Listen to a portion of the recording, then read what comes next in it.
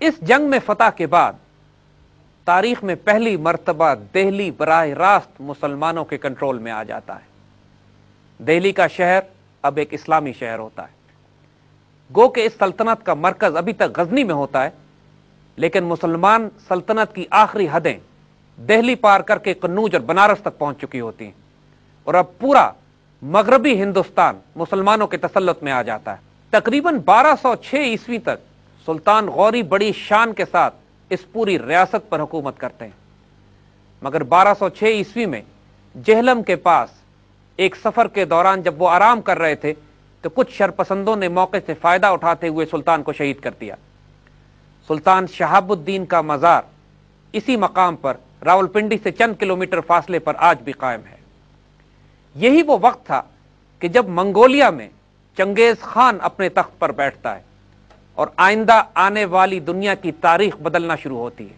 سلطان شہاب الدین غوری کی کوئی اولاد نہیں تھی، لیکن آپ اپنے غلاموں سے بے انتہا پیار کرتے تھے اور اپنے بیٹوں کی طرح ان کی تربیت و پرورش کی جاتی تھی۔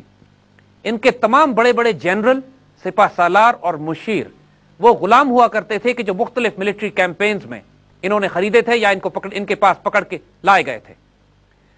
ان کے ایک بہت ہی وفادار غلام نے پہلی ترائن کی جنگ میں بھی ان کی جان بچائی تھی، قطب الدین ایبک۔ سلطان کے انتقال کے بعد سب سے پہلے قطب الدین ایبک نے دہلی میں اپنی سلطنت قائم کی، اور یہ براہ راست پہلی مسلمان ریاست تھی خاندان غلامہ کے نام سے جس کو یاد کیا جاتا ہے، کہ جس کا مرکز بھی دہلی ہی تھا۔ قطب الدین ایبک ایک نہایت دلیر اور نیک مزاج حکمران ثابت ہوئے، لیکن ان کی زندگی تھوڑی رہ گئی تھی۔ چوگان یا پولو کا کھیل کھیلتے ہوئے وہ گھوڑے سے گرے اور 4 سال کے بعد ہی ان کا انتقال ہو گیا۔ ان کے انتقال کے بعد ایک اور ترک غلام التمش نے حکومت اپنی قائم کی، اور التمش کے انتقال کے بعد ہندوستان کی تاریخ میں پہلی مسلمان ملکہ رضیہ سلطانہ کی حکومت بڑے مختصر عرصے کے لیے دہلی پر قائم ہوئی۔ التمش کے دور میں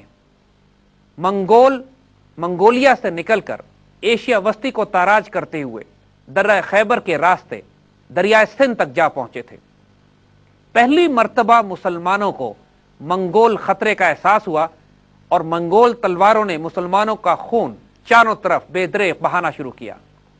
ملتان کی گرمی کی وجہ سے وہ واپس لوٹ گئے، لیکن اب آنے والا وقت بتا رہا تھا کہ امت مسلمہ کو صلیبی جنگوں کے بعد مشرق سے اٹھنے والی اس نئی آندھی کا سامنا ہے۔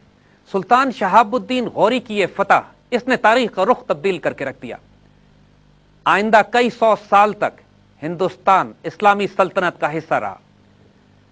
ان کے غلام قطب الدین ایبک نے سب سے پہلے جو آرکیٹیکچرل کنسٹرکشنز کی وہ آج بھی قائم ہیں، اور مسلمانوں کی نشانی کے طور پر ہندوستان میں ان کی بڑی عزت کی جاتی ہے۔